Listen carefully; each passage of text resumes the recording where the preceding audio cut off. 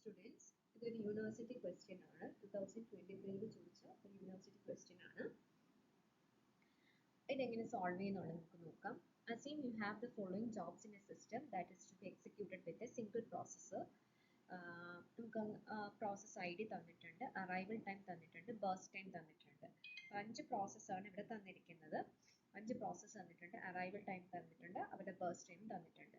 Gantt chart create ചെയ്യുക. Then next find the average waiting time, then find the average turnaround time. Then ഇത്രയാണ് നമുക്ക് കണ്ടുപിടിക്കേണ്ടത്. Okay, ഇത്രയും കണ്ടുപിടിക്കണം. For the above process when the system uses preemptive scheduling, then RR scheduling. ഇങ്ങനെ നമുക്ക് പെട്ടെന്ന് കാണുമ്പോൾ പ്രിയംപ്റ്റീവ് ഷെഡ്യൂളിംഗ് എന്ന് പറഞ്ഞൊരു ഷെഡ്യൂളിംഗ് അങ്ങനെ ഇല്ല. പക്ഷേ നമ്മൾ പറയും preemptive version of the particular scheduling. നമുക്കറിയാം FCFS, SJF, RR ഷെഡ്യൂളിംഗ് ഉണ്ടെന്ന് അറിയാം. അതിൽ FCFS ആണെങ്കിൽ അത് ഒരു നോൺ പ്രിയംപ്റ്റീവ് ഷെഡ്യൂളിംഗ് അൽഗോരിതം ആണ്. But the preemptive version of FCFS is the round robin. So question വേണമെങ്കിൽ അങ്ങനെ ഇൻഡയറക്റ്റ് ആയിട്ട് ചോദിക്കാം. Implement the scheduling algorithm, implementing the preemptive version of FCFS scheduling algorithm ചോദിക്കാം. അപ്പോൾ അത് എന്ത് തന്നെയാണ്? RR തന്നെയാണ്, ദാറ്റ് ഈസ് റൗണ്ട് റോബിൻ തന്നെയാണ്. അതേപോലെ പ്രിയംപ്റ്റീവ് വേർഷൻ ഓഫ് FCFS ആണ് RR ഷെഡ്യൂളിംഗ്.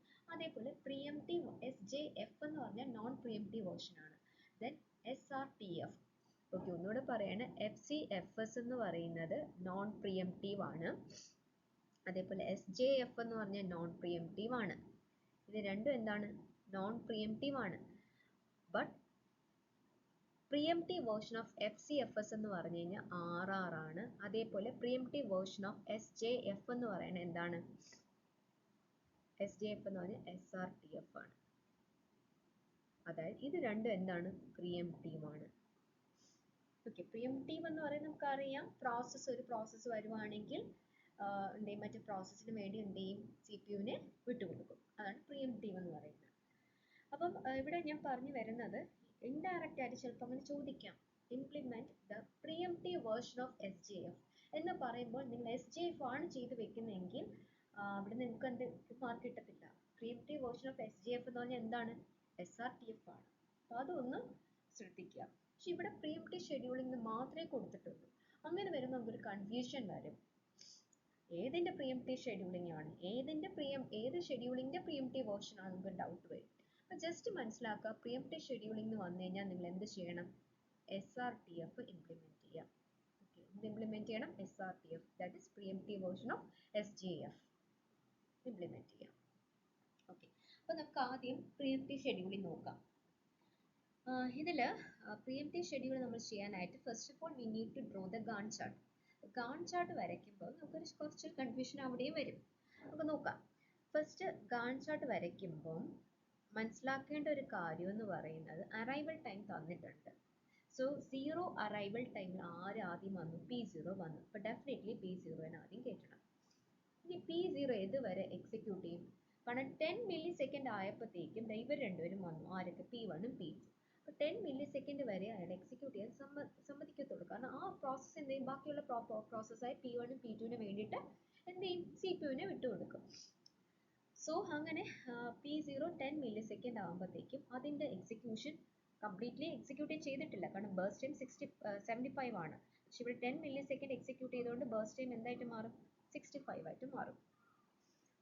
ഓക്കെ, അപ്പോൾ 10 മില്ലി സെക്കൻഡ് ആയപ്പോൾ നമ്മുടെ P1 ഉം P2 വന്നു. ഇനി അവർ രണ്ടുപേരും വന്നു, but having the same arrival time. അതുകൊണ്ട് എന്ത് ചെയ്യും? ഷോർട്ടസ്റ്റ് ആയിട്ടുള്ള ബേസ്റ്റ് ടൈം ഉള്ള ആളെ എടുക്കും. ഇതിൽ വെച്ച് കമ്പയർ ചെയ്യുമ്പോൾ ഷോർട്ടസ്റ്റ് ബേസ്റ്റ് ടൈം ആരാണ്? യെസ്, 25 ആണ്. അപ്പോൾ P2 കയറ്റും. P2 അത് ഫുൾ എക്സിക്യൂട്ട് ചെയ്യുവാണെങ്കിൽ കാരണം ഇത് വെച്ച് കമ്പയർ ചെയ്യുമ്പോൾ ഫുൾ എക്സിക്യൂട്ട് ചെയ്യാൻ കൊടുക്കാം. കാരണം എന്താണ്? ഷോർട്ടസ്റ്റ് ബേസ്റ്റ് ടൈം ആയതുകൊണ്ട്. അപ്പോൾ 25 മില്ലി സെക്കൻഡ് ആയി എക്സിക്യൂട്ട് ചെയ്യുമ്പോഴത്തേക്കും P2 35 മില്ലി സെക്കൻഡ് ആകുമ്പോൾ അത് കംപ്ലീറ്റ് ചെയ്യും. സോ P2 എന്ത് ചെയ്യും? P2 ഫുള്ളി കംപ്ലീറ്റ്ലി എക്സിക്യൂട്ടഡ് ആയി. സോ നമുക്ക് അതിനെ കട്ട് ചെയ്യാം. ഇനി നമ്മൾ ഈ 35 ആയപ്പോഴത്തേക്കും വേറെ ഏതെങ്കിലും പ്രോസസ്സ് വന്നോ? 55-95 ആകുമ്പോഴല്ലേ 30-45 വരുന്നത്. ഈ പറയുന്ന ഇതിനിടയ്ക്ക് വേറെ ഏതെങ്കിലും പ്രോസസ്സ് വന്നോ? ഇല്ല. സോ നമ്മൾ ആരെ തന്നെ കയറ്റും? P1 തന്നെ കയറ്റും. P1 എക്സിക്യൂട്ട് ചെയ്യും. എന്നിട്ട് വേറൊരു പ്രോസസ്സും വന്നിട്ടില്ല, അപ്പോൾ ഫുൾ ആയിട്ടായിരിക്കും P1 എക്സിക്യൂട്ട് ചെയ്യും. P1 എക്സിക്യൂട്ട് ചെയ്യുമ്പോഴത്തേക്കും P1ൻ്റെത് 40 ആണ്, 40 ആണ്. സോ 35 പ്ലസ് 40 എന്ത് വരും? 75 വരും, 75 വരും. ഓക്കെ, 75 വരും. അങ്ങനെ P1 കംപ്ലീറ്റ്ലി എക്സിക്യൂട്ട് ചെയ്ത് കഴിഞ്ഞു. ഇനി ആരൊക്കെയുണ്ട് നമുക്കുള്ള? P0, P3, P4. അതൊരു ഷോർട്ടസ്റ്റ് ആയിട്ടുള്ളൂ, കാരണം 75-നുള്ളിൽ P3 മാത്രമേ വന്നിട്ടുള്ളൂ.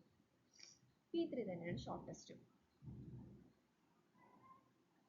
P3 ആണ് ഷോർട്ടസ്റ്റ്. സോ P3 കയറും. P3 കയറുമ്പോൾ 30 മില്ലി സെക്കൻഡ് ആണ്. സോ 30 മില്ലി സെക്കൻഡ് അയാൾ എക്സിക്യൂട്ട് ചെയ്യുമ്പോഴത്തേക്കും 75 പ്ലസ് 30 ഇസ് 105 വരും. അപ്പോൾ അങ്ങനെ P3 കംപ്ലീറ്റ് ആവും. ഇനിയുള്ള നമുക്ക് P0, P4 മാത്രമേ ഉള്ളൂ. സോ 105 ആകുമ്പോൾ P3 കംപ്ലീറ്റ് ആവും. ഇനി നമുക്കുള്ളത് P0 and P4 ആണ്.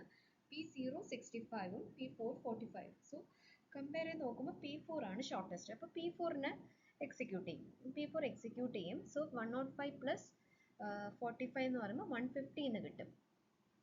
ഓക്കെ, അങ്ങനെ P4 കഴിഞ്ഞ് ആകെ ഉള്ളത് P0 ആണ്.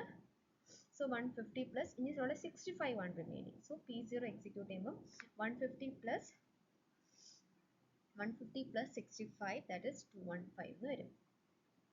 സോ ഇതാണ് Gantt chart. Once Gantt chart complete ചെയ്ത് കഴിഞ്ഞാൽ നിങ്ങളുടെ ഒരു 80% ഉള്ള ജോലി കംപ്ലീറ്റ് ആയിട്ടുണ്ട്.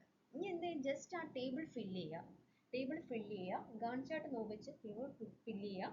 ദെൻ ടേൺ അറൗണ്ട് ടൈമിൻ്റെ ഫോർമുല യൂസ് ചെയ്ത് ടേൺ അറൗണ്ട് ടൈം കണ്ടുപിടിക്കുക. അതേപോലെ വെയിറ്റിംഗ് ടൈം ഫോർമുല യൂസ് ചെയ്ത് വെയിറ്റിംഗ് ടൈം കണ്ടുപിടിക്കുക. അതിൻ്റെ ആവറേജ് എടുക്കുക. ഇത്രയേ ഉള്ളൂ. നമുക്ക് ഇനി ആ ടേബിൾ ഒന്ന് കൺസ്ട്രക്ട് ചെയ്ത് നോക്കാം. സോ ഇതാണ് നമ്മുടെ ടേബിൾ. പ്രോസസ് ID ഉണ്ട്, then burst time, arrival time, completion time, turn around time, then waiting time. അതിൽ പ്രോസസ് ID എന്ന് പറയുന്നത് നമ്മൾ P0യുടെ ബർസ്റ്റ് ടൈം നമുക്ക് ഓൾറെഡി അറിയാം 75, then arrival time 0, then completion time P0യുടെ നോക്കുക. P0യുടെ ഇവിടെ നോക്കുമ്പോഴത്തേക്കും നമ്മൾ ചെക്ക് ചെയ്യേണ്ടത് P0യുടെ റൈറ്റ് ഹാൻഡ് സൈഡ് വാല്യൂ 10 ഉണ്ട്, 215 ഉണ്ട്. പ്രിഎംപ്റ്റീവ് വേർഷൻ വരുമ്പോഴത്തേക്കും നമ്മൾ ലാസ്റ്റ് പ്രിഎംപ്റ്റീവ് വേർഷൻ എന്ന് വരുമ്പോൾ ഗാൺ ചാർട്ടിൽ ഒന്നിൽ കൂടുതൽ പ്രോസസ്സ് ആ ഗാൺ ചാർട്ടിൽ ഉണ്ടാവും. അപ്പോൾ അങ്ങനെയാണെങ്കിൽ ആ പ്രോസസ്സ് ലാസ്റ്റ് അപ്പിയർ ചെയ്തതിൻ്റെ റൈറ്റ് ഹാൻഡ് സൈഡിലുള്ള വാല്യൂ എടുക്കേണ്ടത്. അപ്പോൾ P0 എന്താണ് ലാസ്റ്റ് അപ്പിയർ ചെയ്ത്. So right hand side value is 215. So 215 വരും. Then turnaround time is completion time minus arrival time. Completion time is 215 minus arrival time, that is 215 minus 0, that is 215. Then waiting time is equal to turnaround time minus burst time. Turnaround time is 215 minus burst time, that is 75, which is 140. Okay. Again, second process, that is P1. P1 the burst time എന്ന് പറയുന്നത് 40. Then arrival time എന്ന് പറയുന്നത് 10. Then completion, P1 completion time is 75. Then turnaround time is 65. Again 75 minus 10.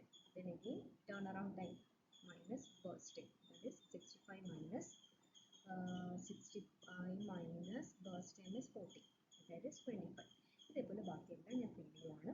Then P2 burst time is 25. Then arrival time is 10, then completion time is 35, then turnaround time is 25, then waiting time is 0, then next is P3 burst time is 30, then arrival time is 55, then completion time is 105, then turnaround time is 55, then waiting time is turnaround time is 50, turnaround time is 50, then waiting time is 20. Next P4 burst time is 45, then arrival time is 95, then completion time is 105. Completion time of P4 is 150. Then turnaround time is 55. Then waiting time is 10. Okay, so 215, 65, 25, 50, 55. Then 140, 25, 0, 20, 10. ഇത് നമ്മൾ കണ്ടുപിടിക്കേണ്ടത് average waiting time and average turn around time. So average turn around time is equal to എങ്ങനെയാണ് 215 plus 65 plus 25 plus 50 plus 55 divided by number of processes. Process 5 ആണ്. So നമുക്ക് 4110 divided by 5 എന്ന് കിട്ടും, which is equal to 82 എന്ന് വരും. Then അതേപോലെ average waiting time ആണ്. Average waiting time is equal to 140 plus 25 plus 0 plus 20 plus 10. That is equal to 195 വരും, divided by 5 ചെയ്യുക, which is equal to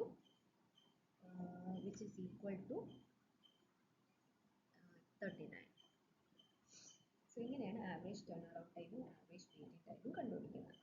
അപ്പം ജസ്റ്റ് ഇത്രയും മനസ്സിലാക്കുക. നമ്മുടെ ഈ ഗാൺ ചാർട്ട് വരച്ച് കഴിഞ്ഞാൽ ഇപ്പോൾ 80% ഓഫ് പ്രോബ്ലം ഇസ് സോൾവ്. കാരണം എന്താ, ജസ്റ്റ് ഇനി ഈ വാല്യൂസ് കറക്റ്റായിട്ട് കൊടുക്കുക, കണ്ടുപിടിക്കുക.